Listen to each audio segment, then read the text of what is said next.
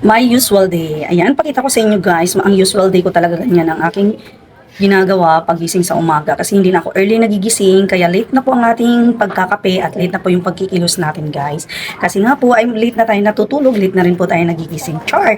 So ayan, magkakape tayo guys pero yan ipapakita ko sa inyo guys, yung aking kape ay with malunggay po talaga yan. Yan ang ginagawa ko para po maging healthy tayo kahit papano ay kahit hindi tayo umiinom ng vitamins ay meron tayong makukuha mga vitamins and minerals sa malunggay. Ang sekreto po nito guys sa malunggay para marami tayong makukuha ng nutrients, di po natin siya pakuluan ha.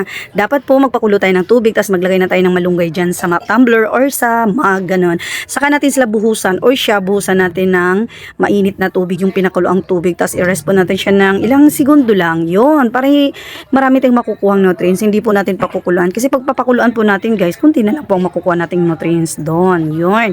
Kaya yan po ang kape ko guys, medyo healthy din. Medyo healthy. Healthy din po pala yung ating kape.